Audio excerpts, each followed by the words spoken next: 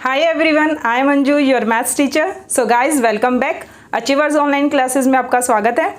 आज शुरू करें वही हम डे 8 वाली क्लास को ही कंटिन्यू करेंगे। डे 9 1 to 8 डे 8 तक आपको सेट के मैंने बहुत अच्छे क्वेश्चंस करवाए हैं। आज उसी सीरीज को आगे बढ़ाएंगे और कुछ और एक्सपेक्टेड क्वेश्चंस D++ और HTET के लिए हम लोग करेंगे। ठीक है, वीडियो शुरू करने से पहले एक इन्फॉर्मेशन आप सबके लिए, जो बच्चे D++ TGT maths, HTET TGT PGT maths का कोर्स लेना चाहते हैं वो अचीवर्स एकेडमी ऐप डाउनलोड कर लीजिए। हमारी ऐप पर फुल कोर्स है, पार्ट 1 पार्ट 2 दोनों कोर्स आपको वहाँ मिलेंगे। सो गाइज, अब क्लास शुरू करते हैं। आपके पास ये होमवर्क था डे 8 वाली क्लास का। The set S is to be partitioned into 3 sets. एक S सेट को आपने 3 सेट्स के अंदर पार्टीशन किया of equal size. Equal size मतलब हर सेट के अंदर इक्वल एलिमेंट्स हैं। 10 कि इस तरह से पार्टीशन करो कि तीनों की जो यूनियन है वो S के इक्वल आए और इनकी इंटरसेक्शन एम्प्टी हो। इंटरसेक्शन एम्प्टी मतलब उनमें कुछ कॉमन नहीं है, दैट मीन्स डिसजॉइंट सेट है। The number of ways of partition, आपको number of ways of partition निकालने हैं और एग्जामिनर हमेशा क्वेश्चन इसी तरह से सेट करता है। अगर उसे स्टैंडर्ड क्वेश्चन देना हो, पार्टीशन मतलब आपने नंबर ऑफ वेज निकालना, यानी कॉम्बिनेशन और सेट को देखो कैसे मिक्स कर दिया। तो बिल्कुल इजी क्वेश्चन है। यहाँ से आपको एक बात ये पता चल रही है कि अगर आपके तीनों सेट म्यूचुअली डिसजॉइंट हैं, दैट मीन्स जो एलिमेंट ए में है वो बी के अंदर नहीं है, यानी रिपीटेशन आपकी नहीं है। सो यहाँ से कंफर्म हो गया कि ये विदाउट रिपीटेशन वाला केस है। ए के एलिमेंट बी में नहीं है, बी के एलिमेंट सी में नहीं है, सी वाले ए में नहीं है। तो अब स्टार्टिंग कैसे करें। S सेट में टोटल 12 एलिमेंट्स हैं और S को आपने 3 पार्ट्स में डिवाइड करा, A B C, और इसके अंदर 12 हैं। तो इक्वल डालेंगे तो 4 एलिमेंट इसमें, 4 इसमें और 4 इसमें आने चाहिए। ठीक है, 12 एलिमेंट में से 4 का सिलेक्शन करना है विदाउट रिपीटेशन। तो फॉर्मूला क्या होता है, नंबर ऑफ वेज जो भी होंगे आपके 12 में से 4 एलिमेंट आपने सेलेक्ट कर लिए ए के लिए। ठीक है, मल्टीप्लाई। अब देखो भाई, 12 में से 4 एलिमेंट अगर ए में चले गए और वो 4 में से कोई भी एलिमेंट ना तो बी में है और ना सी में, तो सीधी सी बात है 12 - 4 करेंगे तो क्या रहा 8। 12 - 4 करेंगे तो 8। 4 एलिमेंट इसमें आ गए। अब 8 बी सेट के लिए कितने एलिमेंट्स की चॉइस है, 8 एलिमेंट्स की। दोबारा समझ लो इसको। S सेट है जिसके अंदर 12 एलिमेंट्स हैं, इसको आपने 3 पार्ट्स में डिवाइड करा, A B C, हर एक के अंदर 4 एलिमेंट की पार्टीशन होगी क्योंकि इक्वल साइज है। 12 में से 4 एलिमेंट इसमें आ गए तो इसके लिए कितने बचे, 12 - 4 दैट इज इक्वल टू 8। यानी A सेट के एलिमेंट्स के लिए सिलेक्शन 4 एलिमेंट, 12 में से 4 हैं, तो B का जो सिलेक्शन होगा वो 4 निकाल दो 12 में से, तो कितने बचे 8। अब सेट के अंदर 8 एलिमेंट है और उसमें से आपने B के लिए सिलेक्ट करने हैं और वो भी कितने करने हैं 4। तो नेक्स्ट 8 C 4, फिर मल्टीप्लाई। अब यहाँ टोटल S के अंदर कितने एलिमेंट थे, अब 8 थे। 8 में से 4 एलिमेंट B के पास चले गए, तो अब C को देने के लिए जब S C में एलिमेंट देगा तो कितने बचेंगे, 8 थे ना उसके पास। अब 8 में से 4 भी माइनस कर दो, तो अब S के पास कितने एलिमेंट हैं, 4। इस सेट के पास 4 एलिमेंट है और C सेट बनाना है जिसके में अंदर 4 होंगे, तो यही 4 एलिमेंट इसके अंदर होंगे। तो थर्ड सेट की पॉसिबिलिटी है 4C4। क्लियर हो गई मेरी बात। 12 में से 4 इसको दिए तो B को देने के लिए उसके पास 8 एलिमेंट बचे। उन 8 में से 4 एलिमेंट का सिलेक्शन किया, वो 8C4 तरीके से होगा। 8 में से 4 एलिमेंट का सिलेक्शन B सेट के लिए हो चुका है। अब S के अंदर 4 ही एलिमेंट हैं और वो 4 एलिमेंट C को मिलने चाहिए, C सेट को, तो वो एक ही तरीके से मिलेंगे कि वो 4 के 4 आ जाएं, और वो एक तरीका क्या होगा 4C4। और सभी को पता है 4C4 की वैल्यू 1। 12C4 का फॉर्मूला क्या होगा, 12 फैक्टोरियल अपॉन नीचे 4 फैक्टोरियल और 12 - 4 8 फैक्टोरियल, मल्टीप्लाई ऊपर 8 फैक्टोरियल नीचे 4 फैक्टोरियल, 8 - 4 4 फैक्टोरियल। अब इसको आप सॉल्व कर लीजिए। 8 फैक्टोरियल से 8 फैक्टोरियल कैंसिल। 12 फैक्टोरियल को ओपन कीजिए या डायरेक्ट देखिए, ओपन की ज़रूरत नहीं है, 12 फैक्टोरियल, 4 फैक्टोरियल, 4 फैक्टोरियल, यहाँ पे आपका ये फैक्टोरियल था, ये भी आपका फैक्टोरियल का साइन था ऑप्शन में। 4 फैक्टोरियल, 4 फैक्टोरियल, 4 फैक्टोरियल, तो 12 अपॉन में 4 फैक्टोरियल का cube. So this is your answer. I hope this is clear. तो 1 सेकेंड का ही क्वेश्चन था, 12 अपॉन 4 फैक्टोरियल का cube, that means option A is the correct answer. Clear है student? Now see next question. Yes class, अब ये कुछ finite set के फॉर्मूले हैं और आप सबको पता है कि आप कोई भी एग्जाम देने चले जाओ, चाहे DSSB का, चाहे HTET PGT मैथ्स का, आपको सेट में फाइनाइट सेट के ऊपर कुछ ना कुछ एक ऐसा क्वेश्चन ज़रूर मिलता है जहां ये फॉर्मूले आपके यूज़ होंगे। ठीक है, फर्स्ट आपके पास ये क्लियर होगा कि ABC आपके पास कोई भी 3 फाइनाइट सेट हैं, U आपका यूनिवर्सल सेट है। तो फर्स्ट फॉर्मूला जो कि मोस्ट फेमस आपका फॉर्मूला है, स्टार्टिंग से ही आपने याद किया है कि 2 सेट्स की यूनियन यानी आइदर दिस और दिस। यूनियन आपको पता है दोनों सेट्स की क्या होगी। मान लीजिए ये आपका यूनिवर्सल सेट, ये आपका A और ये आपका B, तो A के भी एलिमेंट हो, B के भी हो और इनके कॉमन भी हों। ठीक है ना, लेकिन कॉमन देखो, यहाँ से भी ले तो ये भी कंटेन कर रहा है और यहाँ से भी ले तो ये भी कंटेन कर रहा है, तो कॉमन एलिमेंट 2 बार आ रहे हैं, जबकि काउंट आपने एक ही बार करना है। तो इसीलिए हमेशा क्या करते हैं, number of A plus number of B minus their intersection. Clear है? सेकेंड आपके पास अगर ये आपके डिसजॉइंट सेट हैं, A और B क्या है, डिसजॉइंट सेट हैं, तो इनकी इंटरसेक्शन एम्प्टी रहेगी। इंटरसेक्शन एम्प्टी रही तो ये आपका फिनिश हो गया, सेम फॉर्मूला आपका कन्वर्ट हो गया direct number of A plus number of B। यानी अगर आपको डिसजॉइंट सेट्स की यूनियन लेनी है तो A और B के नंबर ऑफ एलिमेंट्स को ऐड कर दीजिए। नेक्स्ट आपके पास है n of A minus B। अब मैंने आपको एक बार समझाया था A माइनस B क्या होगा, ये आपके पास डिफरेंस होता है। क्या होता है ये? Difference of sets. और मैंने इसकी डेफिनेशन बताई हुई है कि A माइनस B में वो एलिमेंट आएंगे सच दैट जो A में तो बिलोंग करे बट वो आपका B के अंदर बिलोंग ना करे। जिसको आप माइनस कर रहे हो उसमें नहीं होना चाहिए, और जो आपका फर्स्ट सेट है उसके अंदर का वो एलिमेंट जो लास्ट वाले सेकंड में ना हो। तो यहाँ पे number of A minus B क्या होगा, number of A minus number of their intersection. ये किसको डिनोट कर रहा है? A माइनस B हम किस केस में निकालेंगे? जैसे ये हमने आइदर और केस में निकाला था, या तो इसमें या फिर इसमें। ये किसको डिनोट कर रहा है? जब आपको 2 सेट की बात हो और आपको कहा जाए कि सिर्फ A के अंदर एलिमेंट्स हों, ओनली A में है, और आपके पास यूनिवर्सल सेट के अंदर 2 सेट चल रहे हैं, एक A और एक B। सिर्फ 2 सेट क्वेश्चन के अंदर गिवन हो और उन दोनों में से किसी एक सेट के अंदर आपसे नंबर ऑफ एलिमेंट पूछे गए हों, ओनली A या फिर ओनली B।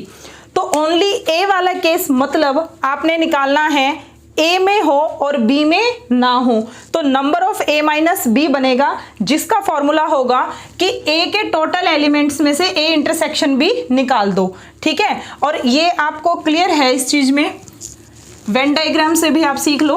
ये फर्स्ट फॉर्मूला आपका इजी था, इसको रब कर देते हैं। यहां देखिए, ये आपका यूनिवर्सल सेट, ये आपका A और ये इंटरसेक्शन आपकी B, सॉरी ये B सेट, और ये जो है ये है A इंटरसेक्शन B। अगर आपको ये चाहिए कि A के वो एलिमेंट जो B में नहीं गए, तो देखो भाई, ये वाले वो एलिमेंट हैं जो A के अंदर हैं, और ये वाले वो एलिमेंट हैं जो B के अंदर भी जा रहे हैं। बाउंड्री देखो आप A की, ये पूरी बाउंड्री है, तो इसके ये एलिमेंट सिर्फ A में हैं और इधर वाले जो एलिमेंट हैं वो कहाँ जा रहे हैं? B में। तो इस वाले एरिया को क्या कहोगे? A माइनस B, है ना। और ये A माइनस B वो एलिमेंट्स की कलेक्शन है जो B के अंदर नहीं है। ये इधर वाली कलेक्शन कैसे निकलेगी? ये जो मैं ऐसे स्ट्रिप बना रही हूं कि पूरे A में से ये इंटरसेक्शन माइनस कर दो, ये इंटरसेक्शन क्या कर दो? माइनस। तो नंबर ऑफ A में से माइनस कर दो number of A intersection B, तो ये इक्वल आ जाएगा number of A minus B के, और यही आपका फॉर्मूला बना, number of A minus number of A intersection B। अब इस क्वेश्चन को एग्जामिनर दो तरीकों से पूछेगा, find number of elements which lies only in A, only A के नंबर ऑफ एलिमेंट्स, या आपको देगा number of A minus B निकालो, या थर्ड अगर वो दे सके तो number of A intersection B complement. दो तो आपके पास ये है, थर्ड ये, ठीक है। ओनली ए लिखे तब भी यही फॉर्मूला, फॉर्मूला देखो ये है आपका फॉर्मूला, ये वाला है, ये तो उसके मेथड होंगे। ओनली ए पूछे, ए इंटरसेक्शन बी का कॉम्प्लीमेंट भी यही है कि ए में से ए इंटरसेक्शन बी माइनस कर दो। ए माइनस बी का भी मतलब यही है कि number of element of A में से number of A intersection B minus कर दो। I hope this is clear. Next देखिए, number of B minus A आपने निकालना है। बी माइनस ए, फिर वही पढ़ेंगे, बी के वो एलिमेंट जो ए में नहीं है, यानी कहाँ है वो, ओनली बी के अंदर है, क्योंकि इस बार बी आपका आगे है। ए को माइनस कर रहे हो तो फॉर्मूला क्या बनेगा, number of B minus number of A intersection B, और इसकी दूसरी फॉर्म क्या है लिखने की, ये number of B intersection A का कॉम्प्लीमेंट। तो एक मेथड ये, दूसरा ये, और तीसरा ये जो बॉक्स में है ये तो क्वेश्चन की फॉर्म आएगी, और जो आपका फॉर्मूला है वो ये आएगा, ठीक है। एग्जामिनर इसकी वैल्यू पूछे, इसकी वैल्यू पूछे, या इसकी वैल्यू पूछे, आपको ये सॉल्व करना है। क्लियर, स्टेटमेंट समझ गए। अब देखिए next, number of A minus B और number of B minus A को प्लस कर रहे हैं, ये किस केस में निकालना है, जिसको मैं बॉक्स में बना रही हूँ ये आपका फॉर्मूला है, जिसको मैं यहाँ बॉक्स में बना रही हूँ ये आपका एक फॉर्मूला है, ठीक है। ये आपका क्वेश्चन की फॉर्म में है formula, in the sense question अगर आएगा तो इस तरह से आएगा, number of A minus B plus number of B minus A की वैल्यू निकालो, या फिर ए माइनस बी को अभी हम क्या लिख के आए थे, ए इंटरसेक्शन बी का कॉम्प्लीमेंट, और बी माइनस ए को क्या लिखा था, बी इंटरसेक्शन ए का कॉम्प्लीमेंट। तो सेम इसकी स्टेटमेंट कॉम्प्लीमेंट की फॉर्म में ये लिखी जाएगी। और वर्ड में वो क्या देगा, वर्ड में पूछेगा number of elements which belongs to exactly one of A और बी, ठीक है। जब आपसे एग्जैक्टली वन का क्वेश्चन आ गया, या तो ए में और या सिर्फ बी में, ठीक है। इसमें और इसमें क्या अंतर है, इसमें तो साफ था कि सिर्फ ए का नाम हो, लेकिन यहाँ पे क्या है, एग्जैक्टली या तो ए में हो या फिर बी में, यानी ए और बी के दोनों केस को इकट्ठा बोल रहा है वो। समझ आ रही है बात, ओनली ए कहेगा तो ये ऊपर का केस, ओनली बी कहेगा तो ये केस, लेकिन इन दोनों केसेस को अगर वो इकट्ठा करके दे तो वर्ड में वो प्रॉब्लम कैसे कहेगा, एग्जैक्टली वन ऑफ ए और बी, या तो एग्जैक्टली ए में हो या एग्जैक्टली बी में। दैट मीन्स आपने इन दोनों केसेस को क्या कर दिया, प्लस। तो number of A intersection B complement ये, plus number of B intersection complement ये। और जब आप इन दोनों को प्लस कर रहे हो तो देखो फॉर्मूले भी प्लस होंगे, तो number of A plus number of B minus 2 times their intersection.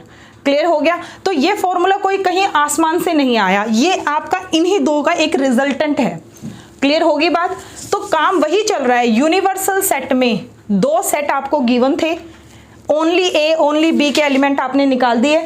अब उसने कहा कि ओनली ए और ओनली बी अलग अलग केसेस नहीं, एग्जैक्टली वन ऑफ ए और B, either or, but in the one case. तो आपने इन दोनों को ऐड किया and your third formula is ready. ठीक है, तो 1 2 3 बिल्कुल कनेक्टेड है। Now let's move on next. At least one of the 3 number of A union B union C. Obvious सी बात है, अगर आपके सेट में यूनिवर्सल सेट के अंदर 3 एलिमेंट हैं, ए बी और 3 सेट्स हैं, ए बी और सी, तो और आपसे पूछा गया 1, एटलीस्ट वन का मतलब हो गया वही आइदर और वाला। तो वो डायरेक्ट फॉर्मूला जैसे आपने 2 के लिए लिखा था ना, ए यूनियन बी वाला माइनस देयर इंटरसेक्शन, तो वही केस है। 3 की यूनियन है, वही क्या करना, पहले तो तीनों को प्लस करना, फिर माइनस करना है इनके 2 की इंटरसेक्शन को। यहाँ मैंने 2 की इंटरसेक्शन माइनस कर रही थी, तो मैंने अगर मैं ये ब्रैकेट हटा दूँ ना तो ये कर दी मैंने माइनस, ये लो ब्रैकेट हटाई दो, 2 की इंटरसेक्शन तो माइनस हो जाएगी और यहाँ प्लस का साइन आना चाहिए। एक सेकेंड इसको मैं चेक कर लूँ। तो यहाँ जो ये हमने ब्रैकेट ओपन करी, पहले मैंने ये ब्रैकेट में लिखा हुआ था इसलिए ये सारे प्लस थे। ब्रैकेट ओपन करोगे तो ये प्लस वाले माइनस हो जाएंगे और ये माइनस वाला आपका क्या रहेगा, प्लस रहेगा। ठीक है ना। दो दो की इंटरसेक्शन आपने क्या करनी है, माइनस करनी है, और थर्ड वाली इंटरसेक्शन आपने क्या करनी है, प्लस, जो तीनों की इंटरसेक्शन है। क्लियर हो गया। अगर आप ब्रैकेट में पुट करेंगे तो ये दो तीनों प्लस के रहेंगे और ये किस में रहेगा, माइनस में। सो मेथड आपका फॉर्मूला सेम है, बस ब्रैकेट लगाई या नहीं लगाई ये चीज़ ध्यान रखना। तो ब्रैकेट ओपन करके याद करो, 3 की यूनियन निकाल रहे हो तो तीनों को अलग अलग प्लस किया, दो दो वाली इंटरसेक्शन माइनस करी और तीनों की इंटरसेक्शन क्या कर दी, प्लस कर दी। अब नेक्स्ट, एटलीस्ट वन ऑफ 3। अब ये 3 फॉर्मूले जो है ना, यहाँ तक फॉर्मूले क्या थे, दो दो वाले। अब यहाँ से फॉर्मूले शुरू हो गए 3-3 सेट को लेके। एटलीस्ट वन ऑफ 3, इसमें A union B union C, ये दोबारा लिखा गया फॉर्मूला। हाँ, ये रिपीट लिखा गया आपका फॉर्मूला, सो इसको इग्नोर कर दो, ठीक है। सेम फॉर्मूला है, इसको रहने दो। नेक्स्ट देखिए, ओनली ए। अब 3 सेट की बात हो रही है, ए बी और सी, और इन तीनों में ओनली ए वाला केस आपने करना है। ओनली ए वाला केस तब भी करा था जब आपके पास सिर्फ 2 सेट गिवन थे यूनिवर्सल सेट के अंदर, और ओनली ए वाला केस अब भी करेंगे जब आपको 3 सेट्स गिवन हैं, ठीक है ना। तो करना क्या है, जब ए के साथ सिर्फ बी था तो number of A intersection B का कॉम्प्लीमेंट था। अब यहाँ पे number of A intersection B का कॉम्प्लीमेंट भी और सी का कॉम्प्लीमेंट भी, क्योंकि 2 सेट है, ठीक है। और हमें पता है B complement intersection C complement को डी मॉर्गन लॉ के अकॉर्डिंग बी यूनियन सी का क्या लिख सकते हैं, कॉम्प्लीमेंट। इंटरसेक्शन यूनियन में चेंज हो जाएगी और ये कॉम्प्लीमेंट कंबाइन होके बाहर आ जाएगा। Number of A intersection B union C का कॉम्प्लीमेंट का जो फॉर्मूला होगा वो आपके पास ये होगा।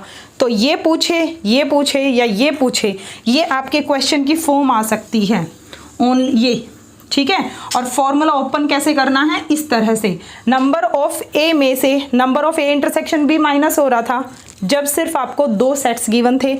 यहाँ क्या है, आपको क्योंकि थर्ड सेट सी भी गिवन है तो फॉर्मूला आपको याद हो गया होगा, number of A minus number of A intersection B minus number of A intersection C plus number of A intersection B intersection C. Clear हो गया। तो ये आपका ये फॉर्मूला। नेक्स्ट देखिए, ये जो आपका 9th है, none of elements of A B सी।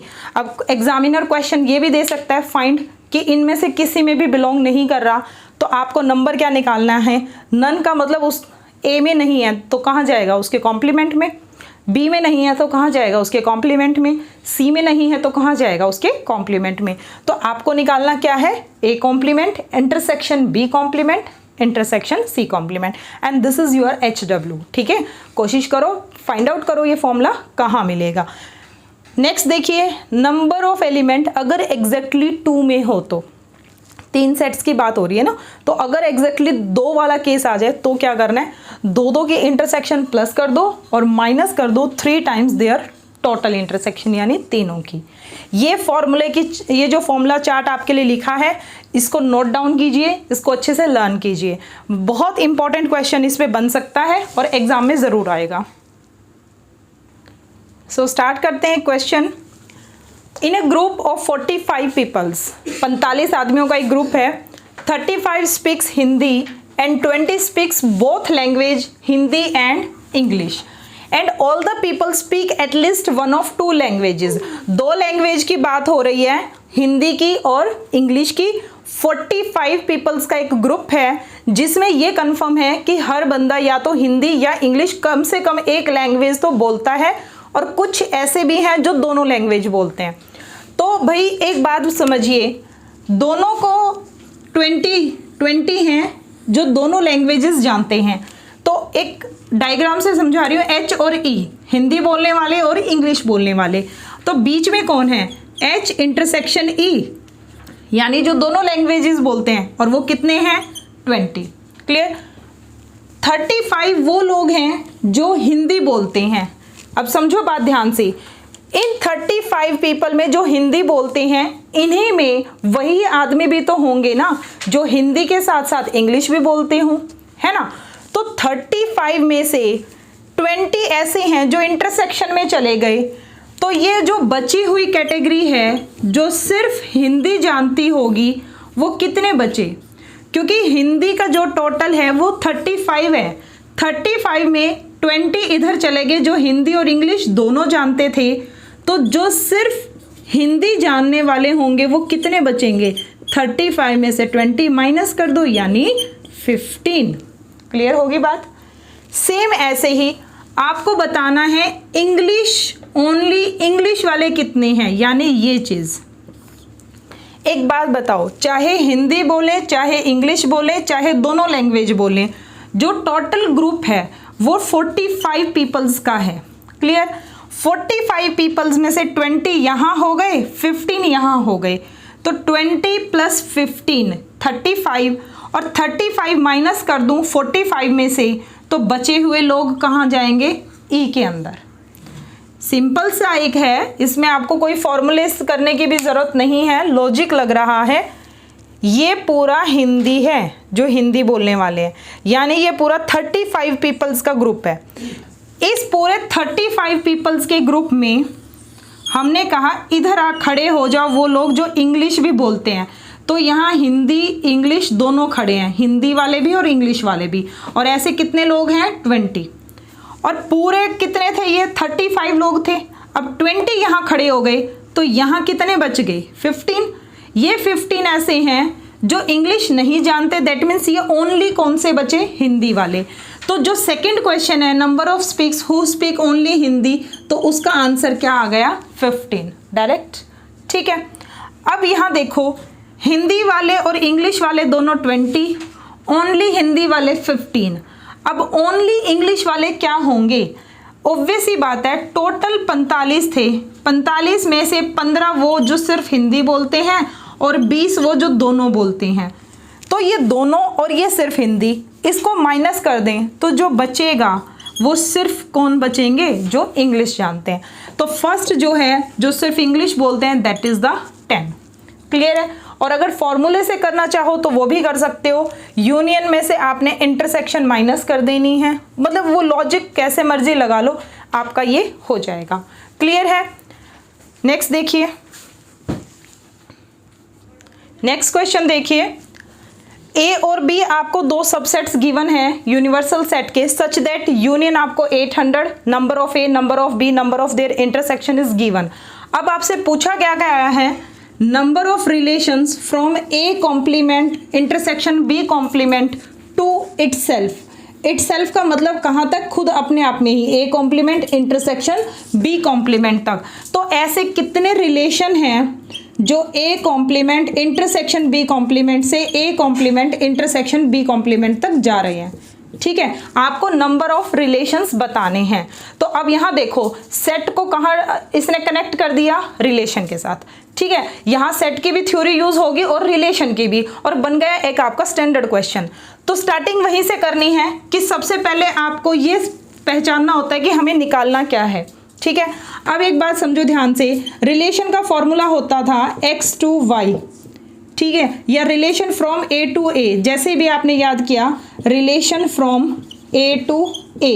तो ऐसे नंबर ऑफ रिलेशन जो हैं आपके पास फॉर्मूला होगा 2 की power order of A cross ए, यानी ए टू ए जा रहे हो तो आपने ए क्रॉस ए का ऑर्डर यहाँ लिखते थे, यानी 2 की power order of A into order of A. ठीक है, ये फॉर्मूला होगा।